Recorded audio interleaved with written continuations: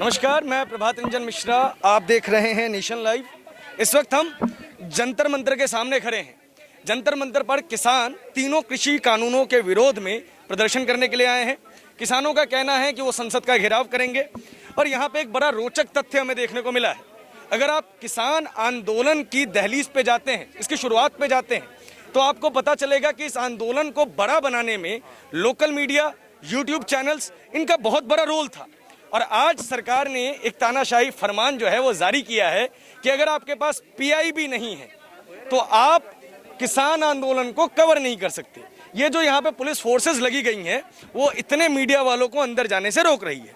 सवाल साफ है, संकेत साफ है कि जो सरकार की बात नहीं कह सकता, जो सरकार के लिए नहीं बोल सकता, वो मौन हो जाए, वो चुप रहे। क्योंकि सत्ता को अब सिर्फ उन लोगों की आवश्यकता है जो उनकी भाषा में बात कर सके। उन्हीं की भाषा में जवाब देने वाले लोग अब सत्ता को पसंद नहीं आ रहे। आज बेहद एक मजाकिया कृत्य सरकार द्वारा किया गया है कि अगर आपके पास पीआईबी नहीं है तो आप इस बैरिकेड को क्रॉस नहीं कर सकते, आपको इस प्रदर्शन को कवर करने का कोई अधिकार नहीं है। ये एक लोकतांत्रिक देश है। लोकतांत्रिक देश के अंदर सभी को अपनी बात रखने की इजाजत है। इस प्रदर्शन को पूरी तरीके से लॉक कर दिया गया है। एक छोटे से इलाके में यह प्रदर्शन सिमट कर रह गया है। अंदर किसान प्रदर्शन कर रहे हैं और बाहर कुछ पत्रकार।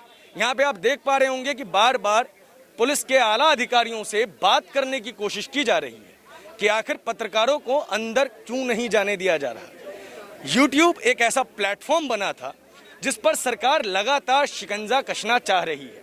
वजह, यूट्यूब पे कई ऐसे फ्रीलांस पत्रकार हैं जो सरकार की आलोचना करते हैं, जो सरकार की आंखों में आंखें डालकर सवाल करते हैं, प्रश्न करते हैं। और ये सरकार जो तथाकथित रूप से बहुत मजबूत है, 56 इंच वाली है, वो यहाँ पे कमजोर साबित हो जाती है। आज तड़के सुबह ही उत्तर प्रदेश के एक बड़े पत्रकार हैं ब्रजेश मिश्रा, उनके घर पे इनकम टैक्स का छापा पड़ा है। दैनिक भास्कर समूह के कई दफ्तरों के ऊपर ईडी और इनकम टैक्स की रेड डाली गई है। वजह साफ है। दैनिक भास्कर ने यह बताया है कि कोरोना से होने वाली जो मृत्यु है वो शून्य नहीं है। ऑक्सीजन की क्राइसिस से लोग मरे हैं और आप संसद पर, देश के लोकतंत्र के मंदिर पर खड़े होकर झूठ नहीं बोल सकते। अब जब इनका झूठ आप समाज के सामने, देश के सामने रखेंगे तो ये बौखला जाते हैं और फिर चाहते हैं कि ऐसी आवाजें बुलंद ना हो, मौन हो जाए। और इसी मौन की प्रयास में, इनको मौन करवाने के प्रयास में यहाँ पे ये बैरिकेडिंग जो है वो लगा दी गई है। अब बड़ा सवाल ये है कि किसने इनको परमिशन दी है।